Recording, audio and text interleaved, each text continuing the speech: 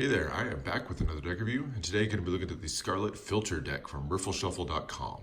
Riffle Shuffle is the brainchild of Kevin Yu, and they're the guys behind a lot of different decks, but most notably the fruit-based line with squeezers, peelers, and most recently snackers. This particular deck was designed by a Korean Instagram star named PH. Did this in collaboration with Riffle Shuffle. This is a follow-up to their original Philtre deck, which was done in white and gold. So very similar design, just a different coloring there. And is a limited edition of 2,500 decks. Let's take a look at it. The name Philtre comes from the ancient Greek word for a love potion. And that theme isn't specifically described anywhere in the deck or really expressed directly in the deck, but they like to say in the ad copy that like a love potion, the more you use this deck, the more you'll, experience love or really fall in love with the deck. So that's kind of where their theme tie-in goes. The tuck case itself is just a glossy finish tuck case, pretty standard like any retail tuck case that you might pick up. And it's all just crimson with the only real design being this tree, which is kind of the logo for the Philtre deck, I guess you would say. The tree is just kind of a line drawing of a tree, no leaves or anything, so a tree kind of in the fall or winter. And it's a really nice, intricate design. For me, it makes me think of kind of like Lord of the Rings, like if you see the Tree of Gondor or something like that, represented as some of the flags in the movies. This is kind of what it looks like to me. It's kind of an asymmetrical tree, so you can see kind of the little indentation there. Kind of gives it a little bit of interest. So it's a nice, simple logo there. But the rest of the tuck case is pretty much blank. Nothing else to it. Sides, backs, tops, everything. The only other writing you'll see on the tuck case is down here on the bottom. It's just your ad copy for Riffle Shuffle. Mentions the second edition out of 2,500, and then talks a little bit about Kevin Yu, PH there. So that's it for the tuck case. Very simple, very clean. Not too much to say about it. I like it. I maybe wish they'd done a little bit more. At least maybe, I don't know, embossed it or some gold foil or something to give it a little bit more pop. But not bad. But it's usually about the cards themselves. So let's start with the backs.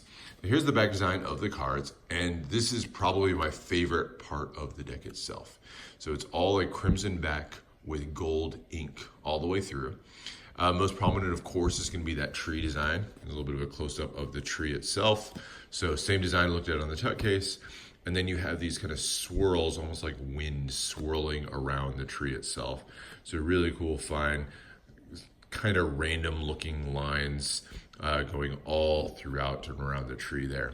You have a gold border coming all the way around with a lot of different just sort of design work, breaking it up in different areas. Almost looks like a little club here and little circles.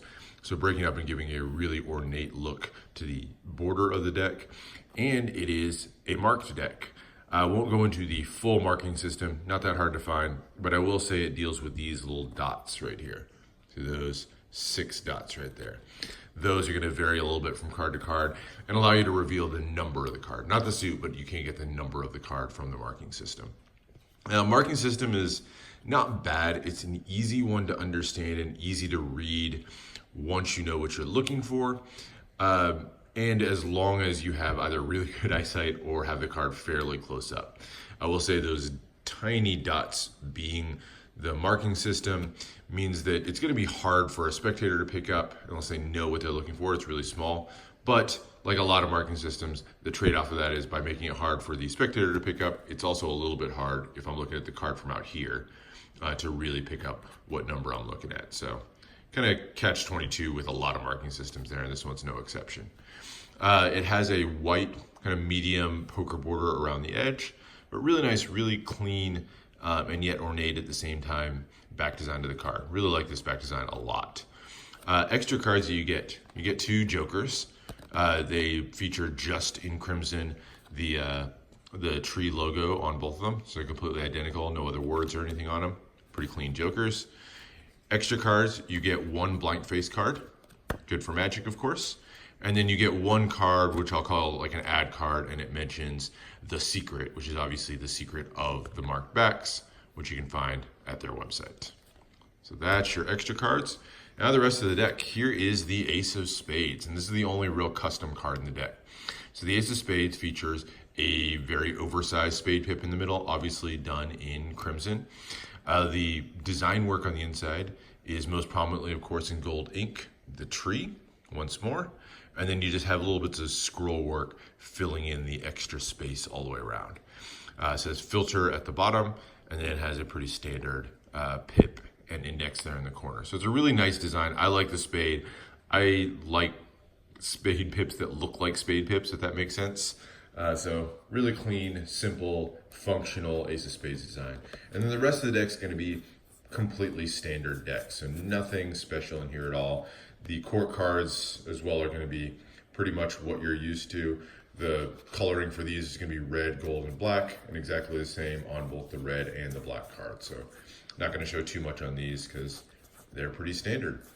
So that is the deck. As far as handling, is the USPCC's crushed B stock. So it's going to handle really, really nicely. No complaints at all about this. It's going to fan beautifully.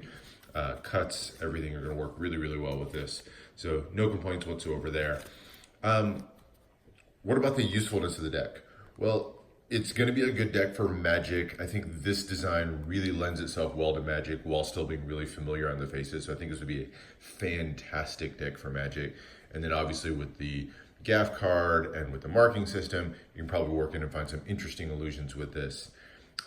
They talk about it being used for cardistry. I do think you could use this pretty well for cardistry. It's not a deck designed for cardistry by any means, but definitely one that would look nice in cardistry. Designs that aren't too distracting. Don't enhance a cardistry routine, but aren't distracting from one either.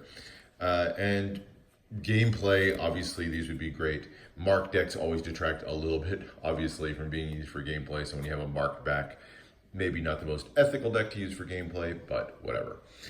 So it's a pretty highly functional deck, with the exception, obviously, that marking system and whatever that pulls away from its function. I like the deck. I don't love the deck. I think the back design is really, really nice. I wish they'd done more, either more with the theme, or at least just kind of worked in more recoloring through. I mean, even something as simple as giving the court cards more of a recoloring in that scarlet color. I think even that would have gone a long way. So I think it's an underdone deck in terms of the theme, but it's a really, really nice back design. Really still very beautiful, and I actually really like the simplicity of the tuck case. So that's it for the Scarlet Philtre deck. Hope you enjoyed. Let me know if there's other decks you want to see. This particular one actually came as a recommendation from somebody on the channel, so I do listen, want to review decks that you guys are going to enjoy. So let me know what you think. Subscribe for more deck reviews, and I will see you for the next one.